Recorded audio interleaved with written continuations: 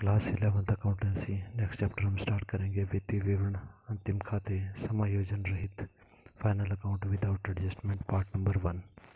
सबसे पहला टॉपिक इसमें है वित्तीय विवरण या फाइनेंशियल स्टेटमेंट्स क्या होते हैं। फाइनेंशियल स्टेटमेंट्स फाइनल अकाउंट्स होते हैं। इसके बारे में हम लोगों ने पहले पढ़ा था कि सबसे पहले ट्रांजैक्शन होती है। अकाउंटिंग साइकिल एक टॉपिक हम कर चुके हैं पहले वाली वीडियोस में। सबसे पहले कोई ट्रांजैक्शन या लेन देन होता है जिसको हम अपनी अकाउंट की पहली किताब जर्नल में लिखते हैं। जर्नल से उन ट्रांजैक्शन को अगली किताब लेजर में लिखा जाता है। लेजर के बाद ट्रायल बैलेंस बनाए जाते हैं और ट्रायल बैलेंस के बाद फिर फाइनल अकाउंट्स बनाए जाते हैं, अंतिम खाते कहा जाता है। ये जो फाइनल अकाउंट्स होते हैं ये वर्ष के अंत में बनाए जाते हैं।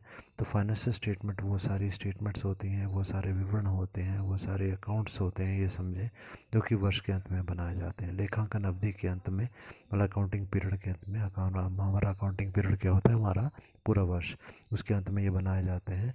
इनका उद्देश्य होता है व्यवसाय की लाभदायकता का ये पता लगाना। लाभदायकता मतलब कितना लाभ हम लोगों ने कमाया है, और वित्तीय स्थिति का पता लगाना। वित्तीय स्थिति मतलब धन की स्थिति, कि हमारे पास कितने एसेट्स हैं और कितनी लायबिलिटीज़ हैं, हमारी संपत्तियां हमारी कितनी हैं और कितना दायित्व हमारा है, मतलब लोगों का कितना पैसा हमने देना है। लेखांकन प्रक्रिया में अकाउंट का जो पूरा प्रोसेस होता है उसके अंत में ये फाइनल अकाउंट्स बनाए जाते हैं। ये वर्ष भर के अकाउंट का संक्षिप्त रूप होता है।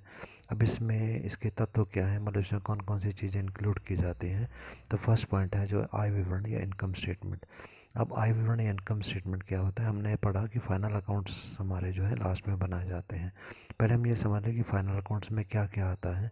तो सामान्यतः इसमें 3 चीज़ें आती हैं। एक होता है ट्रेडिंग अकाउंट, दूसरा होता है प्रॉफिट एंड लॉस अकाउंट, और तीसरा होता है बैलेंस शीट। ठीक है। तो जब हम आय विवरण या इनकम स्टेटमेंट की बात करते हैं तो इनकम स्टेटमेंट और कुछ नहीं होता, बल्कि ट्रेडिंग अकाउंट और प्रॉफिट एंड लॉस अकाउंट को जब इकट्ठा जोड़ के बना दिया जाता है, एक साथ बनाया जाता है, तो उसे आय विवरण या इनकम स्टेटमेंट कहा जाता है। कारण इन दोनों से ही, ट्रेडिंग अकाउंट और प्रॉफिट एंड लॉस अकाउंट से ही हमारे को आय मतलब इनकम या लाभ के बारे में पता चलता है। तो लाभ हानि के बारे में इससे हमें पता चलता है। व्यय हमारे कितने हुए, खर्चे कितने हुए, उसके बारे में पता चलता है। आय इनकम कितनी हुई हमारे को, इसके बारे में पता चलता है। कितना हमने क्रय किया, परचेज़ किया, उसका पता चलता है। विक्रय सेल हमने कितना किया, इसके द्वारा पता चलता है।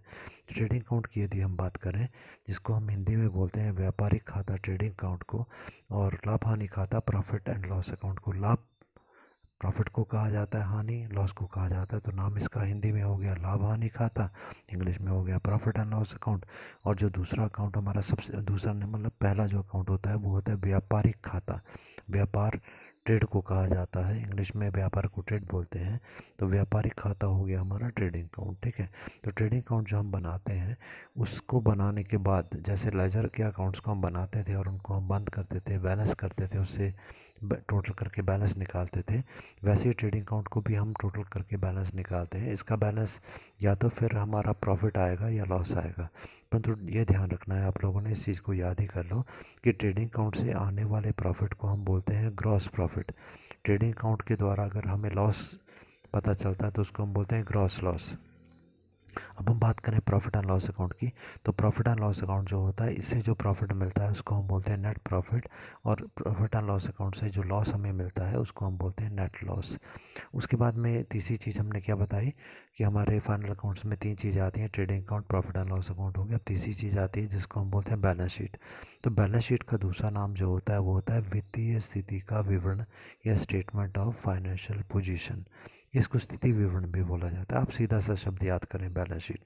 तो बैलेंस शीट जो होती है ये वर्ष के अंत में बनाई जाती है, एक निश्चित तिथि पर बनाई जाती है, मतलब एक विशेष डेट को, एक फिक्स डेट को, कि भाई 31 दिसंबर को अगर हमारा अकाउंट ख़त्म हो रहा है, वर्ष ख़त्म हो रहा है, तो 31 दिसंबर को हमारी एसेट और लाइबिलिटीज़, हमारी जो संपत्तियां हैं और हमारा जो दायित्व है वो कितने का है, तो हमारी वित्तीय स्थिति मतलब धन की स्थिति कैसी है। इसके अलावा कुछ एक और चीज़ें बनाई जाती हैं फाइनेंशियल स्टेटमेंट में, जो कैश फ्लो स्टेटमेंट, जिसको हम रोकड़ प्रवाह विवरण, और statement of retained earning. Retained earning के बारे में हम लोग डिस्कस कर चुके हैं अब बिजनेस स्टडीज़ में। लाभों का पुनर्विनियोजन, उसकी भी एक स्टेटमेंट बनाई जाती है। तो ये दोनों अभी हमारे सिलेबस में नहीं है, केवल नाम ही पर्याप्त है। अगले टॉपिक पर आते हैं जो हमारा वित्तीय विवरण के उद्देश्य, objective of the financial statement. ये फाइनेंशियल स्टेटमेंट फाइनल अकाउंट जो बनाए जाते हैं इनका उद्देश्य क्या होता है? पहला पॉइंट है संस्था की संपत्तियों बारे सूचना प्राप्त करना। To provide the information regarding the assets of the liabilities, के द्वारा हमारी संपत्तियों के बारे में हमारे को मालूम चलता है कि हमारे पास टोटल संपत्तियाँ कितनी की हैं, फाइनल अकाउंट से मालूम चलता है। सेकंड पॉइंट है संस्था के दायित्वों के बारे में सूचित करना। To provide the information regarding the liabilities of the company, हमने लोगों का कितना कितना पैसा देना है। थर्ड पॉइंट हमारा है संस्था के लाभ सकल हानि के बारे में सूचित करना। To provide information regarding the gross profit और ग्रॉस लॉस। अभी हमने पढ़ा कि ग्रॉस प्रॉफिट और ग्रॉस लॉस सकल लाभ सकल हानि की बात करें तो ये ट्रेडिंग अकाउंट से हमारे को मिलता है। उसके बाद अगला पॉइंट चौथा है संस्था के शुद्ध लाभ शुद्ध हानि के बारे में सूचित करना। To provide information regarding the net profit और loss of the company, company को कितना नेट प्रॉफिट हुआ या कितना लॉस हुआ इसका पता करना। अगला है संस्था की परिचालन लाभ हानि का सूचित करना। To provide information regarding the operating profit and loss account, operating profit and loss account भी हमारा जो होता है प्रॉफिट एंड लॉस अकाउंट से ही आता है। उसके बाद अगला हमारा है संस्था की सही व उचित स्थिति प्रकट करना।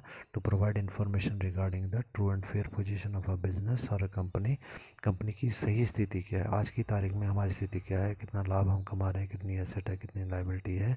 सेकंड पॉइंट हमारा है वित्तीय विवरणों में हित रखने वाले पक्षकारों को पर्याप्त और विश्वसनीय सूचनाएं देना। Providing sufficient and reliable information to the interested parties, जो भी हमारी कंपनी के बारे में जानना चाहते हैं, वो जो भी कुछ जानना चाहते हैं उनको सारी जानकारी देना। अगला पॉइंट हमारे को दिया गया भविष्य की योजनाएं बनाने के लिए आधार प्रस्तुत करना। फाइनल अकाउंट के आधार पर हम भविष्य के लिए योजनाएं बना सकते हैं। To provide information for the future planning. अगला टॉपिक है बहुत important examination point of view से वित्तीय विवरणों के प्रयोगकर्ता users of the final account, मतलब हमारे जो फाइनल अकाउंट होते हैं इनका यूज़ कौन कौन से व्यक्ति करते हैं। पहला पॉइंट है व्यवसायिक स्वामी और owner of the business, business के जो मालिक होते हैं वो बिज़नेस के बारे में काफ़ी सारी चीज़ें जानना चाहते हैं कि हमारा बिज़नेस कितना लाभ कमा रहा है, कि हमारा बिज़नेस उन्नति कर रहा है, कि हमारे बिज़नेस का मान सम्मान प्रतिष्ठा गुडविल बढ़ रही है कि नहीं। सेकंड पॉइंट है व्यवसाय के प्रबंधक या मैनेजमेंट ऑफ द बिज़नेस, प्रबंधक या मैनेजर्स डायरेक्टर्स हमारी कंपनी के होते हैं, वो भी जानना चाहते हैं हमारे व्यवसाय की स्थिति में कि हम कितना लाभ कमा रहे हैं, मतलब हमारा व्यवसाय जिसके कि हम मैनेजर हैं वो उनको कितना हम लाभ दे रहे हैं, हमारा व्यवसाय उन्नति कर रहा है। क्योंकि ये जो मैनेजर्स हैं इनको नौकरी पर रखा गया इसलिए कि ये कंपनी को बहुत आगे ले जाएंगे, तो ये इनके उत्तरदायित्व ये जिम्मेवारी होती है, मालिकों के प्रति जवाब देना होता है इन्होंने। और यदि ये बिज़नेस को अच्छे प्रकार से चलाएंगे तो मालिक इनको नौकरी पर रखेंगे, अगर ये अच्छे तरीके से नहीं चलाएंगे तो उनको नौकरी से वो निकाल देंगे। तो अपने व्यवसाय की सुरक्षा के बारे में ये बिज़नेस के फाइनल अकाउंट्स को स्टडी करते हैं। थर्ड पॉइंट हमारा है विनियोगकर्ता या इन्वेस्टर। विनियोगकर्ता या इन्वेस्टर कौन व्यक्ति होते हैं? वो व्यक्ति जिन्होंने हमारी कंपनी में पैसा लगाया होता है उसे विनियोग करना कहा जाता है। तो ये व्यक्ति जिन्होंने लगाया उनको हम बोलेंगे विनियोगकर्ता या फिर इन्वेस्टर्स। तो जो व्यक्तियों ने हमारे को उधार दिया, हमारी कंपनी में पैसा लगाया, वो ये जानना चाहते हैं कि लाभ अर्जित करने की क्षमता, हमारी कंपनी कितना लाभ कमा रही है। इसके अलावा आर्थिक स्थिति किस प्रकार की है, हमारी कंपनी की धन की स्थिति किस प्रकार की है, ये भी जानना चाहते हैं। ये भी जानना चाहते हैं कि भविष्य में क्या व्यवसाय हमारा उन्नति करेगा। विनियोग करने या ना करने के बारे में, इस कंपनी में पैसा हम लगाएं या ना लगाएं, ये भी जानना चाहते हैं। चौथा पॉइंट है वित्तीय संस्थाएं या फाइनेंशियल इंस्टीट्यूशंस। वित्तीय संस्थाएं फाइनेंशियल, वित्तीय मतलब होता है धन से संबंधित, फाइनेंशियल धन से संबंधित संस्थाएं होती हैं कंपनियां। ऐसी कंपनियां जो पैसे लेने देने का काम करती हैं, या तो हम बैंक से उधार पैसा लेते हैं या फिर हम जो होता है संस्थाएं पैसा कमा करके कहीं पर हम पैसा लगाते हैं, जमा करवाते हैं। ठीक है, तो ये जिन्होंने पैसा हमको दिया है वो जानना चाहते हैं, जैसे कि बैंक हो गए, कि कितना ओवरड्राफ्ट इनको दें, इनकी स्थिति कैसी है। ओवरड्राफ्ट के बारे में हम पढ़ चुके हैं कैश बुक में। ठीक है, और कितनी अवधि के लिए इनको ऋण देना सही रहेगा, लंबे समय के लिए लोन देना सही रहेगा हमारी कंपनी को कि नहीं। अगला पॉइंट है पाँचवा अल्पकालीन लेनदार, शॉर्ट टर्म क्रेडिटर्स। अल्पकालीन लेनदार का मतलब तो वो व्यक्ति जिन्होंने थोड़े समय के लिए हमारे को उधार दिया है, वो फाइनल अकाउंट के द्वारा ये जानना चाहते हैं कि क्या हमारी कंपनी जो है वो जो लोन उन्होंने दिया था, जो ऋण उन्होंने दिए थे, उस पर क्या हमारी कंपनी जो लोन उन्होंने दिया था, उधार हमको दिया था, क्या हम उनका पैसा लौटा पाएंगे, क्या उनके उधार पर ब्याज भी हम दे पाएंगे। इसके आधार पर ही वो निर्णय लेते हैं कि उनको उधार और सामान हमको उधार देना है उन्होंने कि नहीं देना, या फिर और ज़्यादा उधार देंगे, ऋणों की मात्रा में बढ़ोतरी करेंगे, या वो ऋण कम देंगे हमको, या फिर जितना पहले देते थे उतना ही देंगे। दीर्घकालीन लेनदार या लॉन्ग टर्म क्रेडिटर को कौन होते हैं? जो बहुत लंबे समय के लिए हमारे को उधार पैसा देते हैं। ये भी हमारी कंपनी की वही जानना चाहते हैं कि उनका पैसा सुरक्षित है कि नहीं, हम ब्याज दे पाएंगे कि नहीं, क्या उनको और पैसा लगाना चाहिए, मतलब और पैसा हमको उधार देना चाहिए या नहीं देना चाहिए। सातवां पॉइंट है कर्मचारी या फिर एम्प्लॉयज़। हमारी कंपनी में काम करने वाले जितने भी कर्मचारी होते हैं वो भी हमारे फाइनल अकाउंट को स्टडी करते हैं, अध्ययन करते हैं उनका।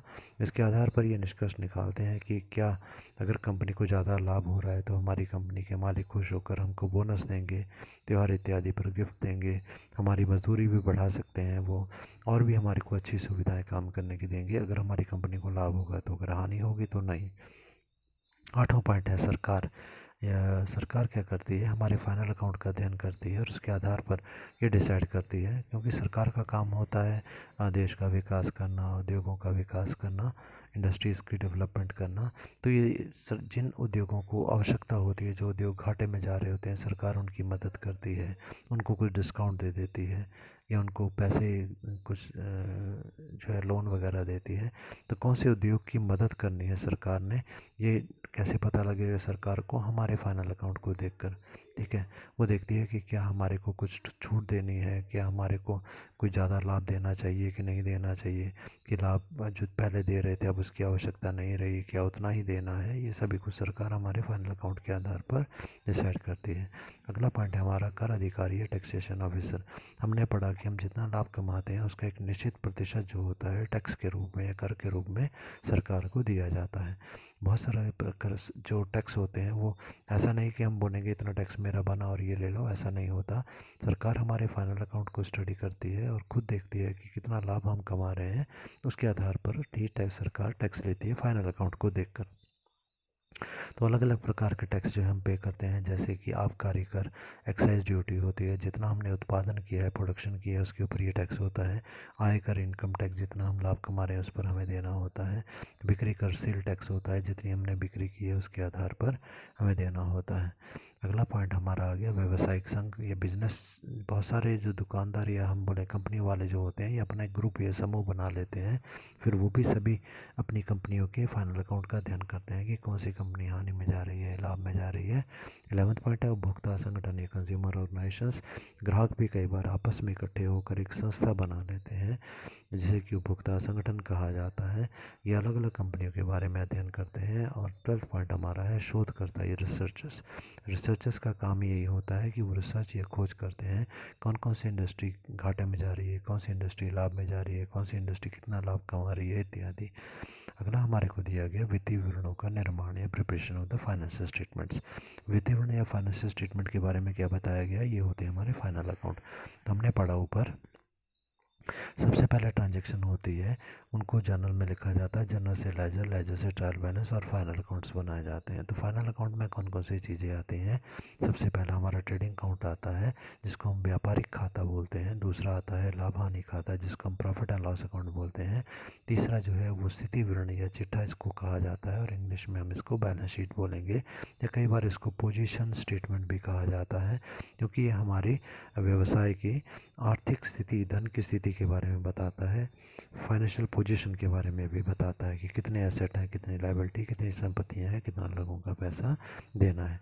इसके अलावा कुछ जो संस्थाएं होती हैं जिनको हम बोलते हैं मैन्युफैक्चरिंग इंडस्ट्रीज़, निर्माणी संस्थाएं। मतलब देखो, व्यापार दो प्रकार का होता है। एक व्यापार वो होता है जब हम कच्चा माल लाते हैं, रॉ मटेरियल लाते हैं, उससे चीज़ें बना कर बेचते हैं, फिनिश प्रोडक्ट खुद तैयार करके बेचते हैं, जैसे कि फैक्ट्री में, ठीक है। तो जो फैक्ट्रीज़ में चीज़ें बनाई जाती हैं, चीज़ों को वो निर्माण कर रहे हैं, तो ऐसी जो कंपनीज होती हैं वो बनाती हैं निर्माणी खाता या मैन्युफैक्चरिंग अकाउंट। मैन्युफैक्चर करना, निर्माण करना, मतलब कच्चे माल से चीज़ें बनाना। दूसरे प्रकार की कंपनियां वो होती हैं, व्यवसाय वो होता है जो खुद चीज़ें नहीं बनाता, बल्कि बने बनाए चीज़ें कम कीमत पर लाकर ज़्यादा कीमत पर बेच करके लाभ कमाता है। ठीक है, जैसे हम एक शहर से चीज़ें मंगवाते हैं, दूसरे शहर में उनको बेच करके लाभ कमाते हैं, तो ये केवल चीज़ों का व्यापार करते हैं। तो ऐसी जो कंपनियां होती हैं वो मैन्युफैक्चरिंग अकाउंट की जगह ट्रेडिंग अकाउंट बनाते हैं। अब सबसे पहले हमारे सिलेबस में जो है वो ट्रेडिंग अकाउंट है, हम उस पर ज़्यादा कंसंट्रेट करेंगे। तो हमारा व्यापारिक खाता, जिसको हम ट्रेडिंग अकाउंट बोलते हैं, व्यापारिक खाता क्या होता है?